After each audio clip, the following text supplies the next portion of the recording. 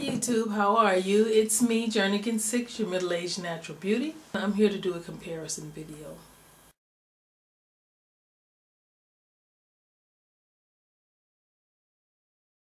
Okay, the finger coils that I had in my first set, they started off loose, and then I think after the third visit to my loctician, the curl pattern just kind of like shrank, because it started off like a loose spiral like that, and then it just kind of started doing like this, and it became a nice tight spiral. And within 2 weeks, I'll say I had started budding. Excuse me. The installation process was maybe 2.5 hours max. She didn't use a particular grid. She just parted my hair.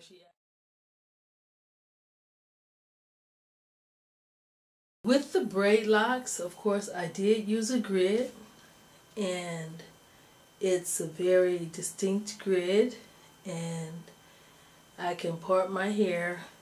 I can have a side part. I can have a side part. I can have a middle part.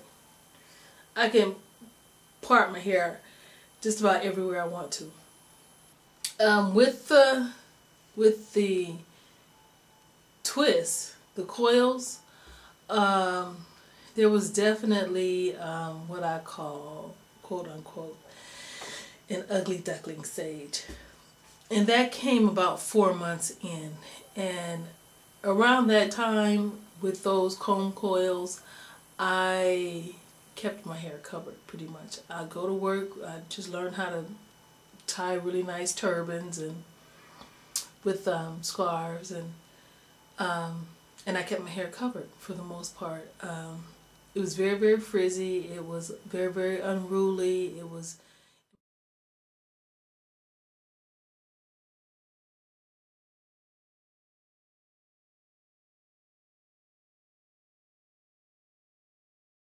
now with this set of locks, the Braidlocs, if there is such a stage as a frizzy stage, I would say this would be it. My hair, as you can see, is very frizzy. Very frizzy. Very frizzy. The difference is I have so many locks that it's not unattractive. It's not something that I want to cover up. I just shake it and keep it moving. My hair has really shrunk a lot since my installment, and that's okay. That's fine, because it's grown a lot too. Now the process itself with the twists, the coils, you pretty much get the buzz, and then your hair starts budding throughout and entangling and creating the lock, and then towards the end your hair will seal. Now with these, because this is kind of like really frizzy, really frizzy, and what it's going to do when it comes back together, it's going to actually lock up. Now that's the loose part. Now I do have the braided part, which is going to have to lose its pattern. Let me see if I can get you closer. Yeah, the braided part is going to have to actually lose its pattern, which is in the process of doing that. Here's this was the loose curly part, and you can see it's like really starting to intertwine. The braided part is getting frizzy, and it's going to have to lose that braid pattern, which, like I said, it's in the process of doing. And then this is the interlocked, my root, the interlock part, and as you can see, it's time for a retightening, but I'm not going to do it right now. But I am going to finger latch that part. Yeah.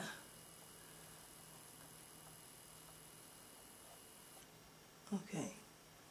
And the latched part, it actually does what I have a hole right there. It actually does what a latch a latch lock does. You guys see I have a lot of salt and pepper. But while I have you here on camera, I'm going to go ahead and fix that hole. Or no, I'll make another video and come back and fix it. Okay. But yeah, so that's what's going on with my hair. And that's pretty much the difference between, that's kind of like the difference between the two. I do have some ends that have already sealed. There we go. So this end is sealed, but the rest of the lock still has to finish forming.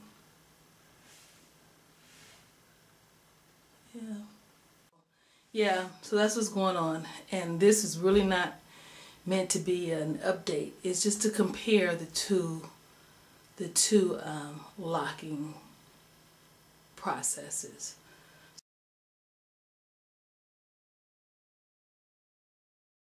With the comb coils, installation takes maybe 2 hours, depending on who you go to. Now, if somebody went to someone like Damian Walters, I'm sure it'd probably take about 45 minutes. Okay. Braidlocs installation for me took about 18 hours. No problem. Excuse me. With the comb coils, there was no particular grid pattern. She just parted it based on where I may or may not have wanted a part. With my Braidlocs, I used a grid, a definite grid pattern, because I want to be able to move my part wherever I want it to be.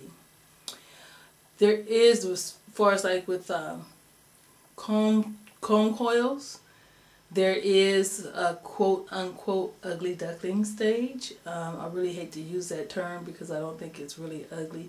But when I had my comb coils, it was a very unattractive stage for me. With the Braidlocs, it just gets full and frizzy, and it still looks good. Still look very feminine.